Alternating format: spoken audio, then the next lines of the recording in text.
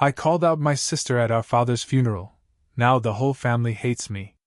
But she ignored him for years while I took care of everything. I'm a 34-year-old man, and for as long as I can remember, my family has revolved around my younger sister, Emily, 31F. Growing up, our parents weren't bad, but the favoritism was impossible to ignore. She was the baby of the family, smart, bubbly, got straight A's, captain of the debate team, you name it. Meanwhile, I was the steady one. I got decent grades, stayed out of trouble, helped Dad fix cars in the garage, and tried to make myself as small as possible when things got tense. See, Dad was a strict man.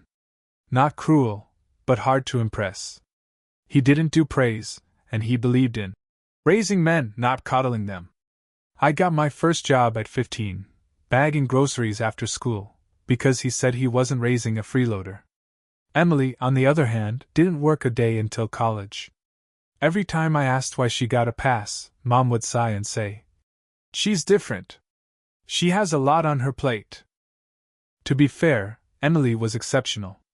She went to an Ivy League school, got a fancy job in marketing, and when she'd visit home, she'd sweep in with big city stories and expensive gifts and soak up all the attention like a sponge. Meanwhile, I stayed local, became a mechanic like Dad, and took over the shop when his back started giving out. I never said anything. Not during her graduation party that Dad took out a second mortgage to help fund. Not when she forgot my birthday 5 years in a row. Not even when she only called Dad on holidays, and sometimes not even then. Because I told myself, it's family. That's just how it is. Don't stir the pot. But then Dad got sick. He was diagnosed with stage 4 pancreatic cancer last winter. It moved fast. Within weeks, he'd lost weight, couldn't keep food down, and started talking like he knew he didn't have much time left. I rearranged my work schedule. Took him to chemo. Sat with him during the night when the pain made him cry out. Mom tried her best, but she was exhausted and heartbroken. I was the one who picked up the slack. Emily? She called once every week or so. Promised she'd fly out as soon as work calmed down. She finally came, for 3 days, the week before he died. She cried, of course. Made a whole show of holding his hand and telling him she loved him. Then she left. Said she had a huge pitch she couldn't miss. Dad died a few days later. Peacefully at home, with me and Mom by his side. The funeral was quiet, traditional, just how he would have wanted it. Emily flew in that morning. Showed up in a designer coat and dark glasses. And during the eulogy, she stood up, uninvited, and gave this beautiful, dramatic speech about what an amazing father he was. About how close they'd been. How he had inspired her, guided her, been her rock. And that was when something inside me cracked. I sat there listening to Emily, my fists clenched so tight my nails dug into my palms. She talked about how Dad used to read her bedtime stories, which he did, when she was little. About how he used to say he was so proud of her, which maybe he did, though he never said anything like that to me. But what got me, what made my vision go blurry with rage, was when she said, "He always knew I'd do something special with my life. He told me I was meant for great things." That was a lie. I knew for a fact Dad was hurt by how little he saw her those last few years.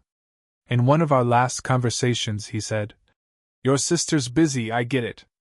But sometimes I wonder if she remembers where she came from." And now she was painting herself as his golden child, his pride and joy, as if she had been by his side through every appointment, every sleepless night, every silent, painful moment when he knew the end was near. I couldn't take it. So I stood up. Right there in the middle of the service. And I said, loud enough for everyone to hear, "You weren't even here when he needed you." The room went dead silent. Emily froze mid-sentence. I could hear my own heartbeat in my ears. I hadn't planned to say anything. But the words kept coming. "You want to talk about being close to him? You called maybe 5 times in 6 months. You visited once. Once, Emily. I was here. I watched him die. You showed up at the finish line and now you're acting like you carried him through it. She looked stunned. Then angry. Her voice was trembling when she said, "That's not fair." I laughed, bitter and loud. What's not fair is rewriting the past to make yourself feel better. You don't get to swoop in, cry a little, and pretend like you were the perfect daughter. Mom hissed my name from behind me, telling me to stop. A couple of relatives looked horrified. Others just looked away. Emily didn't say another word. She walked out of the chapel, heels clicking against the tile, and didn't return for the rest of the service. Afterward, the whispers started. Some cousins said I was cruel. That grief makes people say stupid things. That it wasn't the time or place. Others, mostly the ones who knew what had really happened, quietly told me they understood. But it didn't matter. I'd said it. I'd cracked the illusion wide open in front of everyone. And I didn't know if I regretted it. The funeral reception was awkward, to say the least. People didn't know whether to comfort me or avoid me. Mom barely spoke to me. She sat at a corner table, clutching a tissue, eyes red but dry. When I approached her, she just said, "You didn't have to do that." "Not today." I didn't argue. I just nodded and walked away. Emily didn't come back. She didn't even say goodbye to Mom. She flew home that night without another word to me, or anyone, as far as I know. The next few days were a blur. I kept busy with the shop and helping Mom sort through Dad's things. But the silence in the house was heavy. And so was the guilt. Not about what I said, no, that still felt true, but about when I said it. I knew Dad wouldn't have wanted drama at his funeral. But I also knew he hated lies. And Emily, she had been lying to everyone, including herself. Then the messages started. My aunt texted me first, a long paragraph about how funerals are about healing, not hurting. That Emily was grieving in her own way, and I had no right to shame her. My cousin, who lives near Emily, said she'd been a wreck since the funeral. That she hadn't gone back to work and was talking about cutting ties with the family altogether. But the message that hurt most was from Emily herself. Short. Cold. "You embarrassed me in front of our entire family. I hope Dad's proud of the real son he raised." That stung more than I expected. It made me question everything. Had I been cruel? Had I let years of resentment boil over at the worst possible time? I kept replaying it, her voice cracking during the eulogy, her eyes wide when I interrupted. Maybe she did love him. Maybe her absence wasn't malice, just emotional distance, or fear or guilt. People grieve differently, right? But still, she wasn't there. She chose not to be. Over and over. So why was I the villain now? The family feels split. Some relatives told me they were glad someone said the truth, that I was brave. Others think I ruined the funeral. A few have stopped replying to my texts altogether. And Mom, she hasn't spoken to Emily since the service. But she's been distant with me too. I think she's mourning more than just Dad. Maybe the whole illusion of us being a close family died that day too. It's been 3 weeks now. And I don't know what to do. I finally called Emily last night. It took me 3 tries to hit call. My hand was shaking, like I was about to face a firing squad. But I told myself, she's my sister. We've said worse things to each other as kids. Surely we could talk now, like adults. Surely she wanted to clear the air as much as I did. She picked up on the second ring. Silence for a moment. Then she said, "So now you want to talk?" I swallowed hard. "Yeah. I think we need to." She laughed. Not kindly. "You humiliated me, Nate. At our father's funeral. You made me look like a selfish, absent daughter in front of everyone." "I didn't make you look like anything," I said, trying to stay calm. "You did that on your own." There was a pause. I could hear her breathing, shaky and fast. You have no idea what it's been like for me. Do you think I didn't want to come home more? That it was just work? That I didn't lie awake some nights knowing I was being a shitty daughter? Then why didn't you come? I snapped. He was dying, Em. We didn't even know if he'd make it to March, and you were out there pitching ad campaigns like it could all wait. She yelled then. Because I couldn't handle it, okay?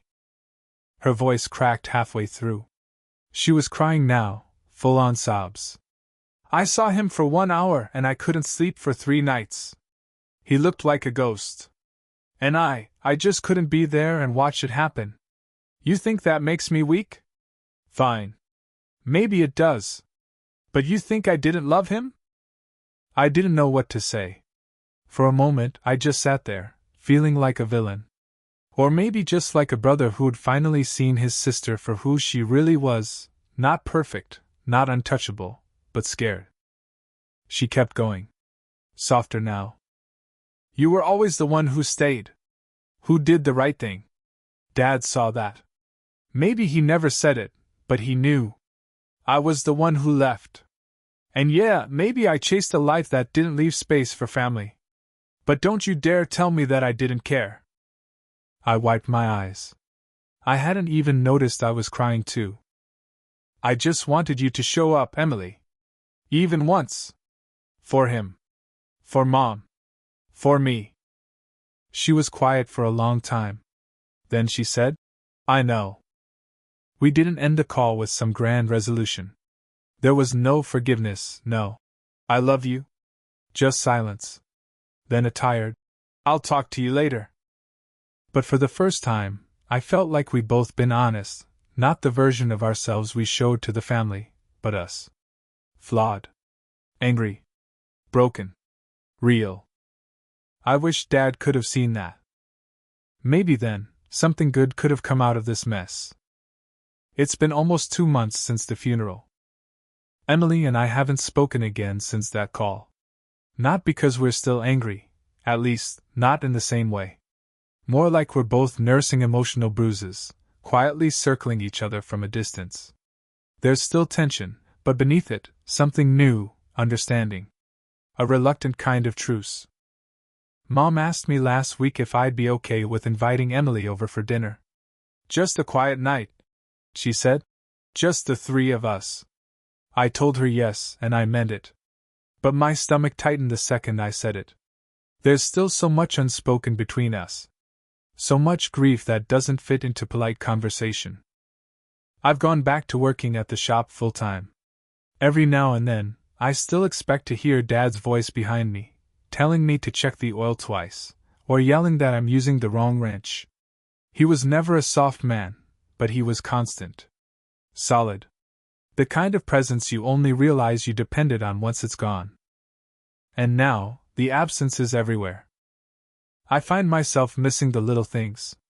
The sound of his boots by the door. The way he'd clear his throat when he didn't want to say, I'm proud of you. Even the way he'd bicker with Emily when she came home, as if some part of him resented her distance, but loved her anyway. Grief is strange. It makes everything feel both sharper and further away. Like you're underwater, screaming, and no one hears you. Or worse, everyone hears you, but they don't know what to say.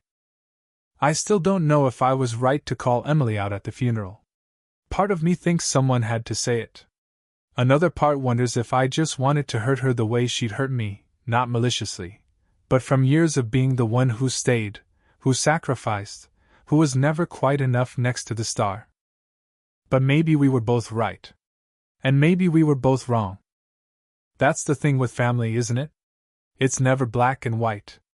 It's layered, with old resentments, miscommunications, love, guilt, expectations, and unspoken grief.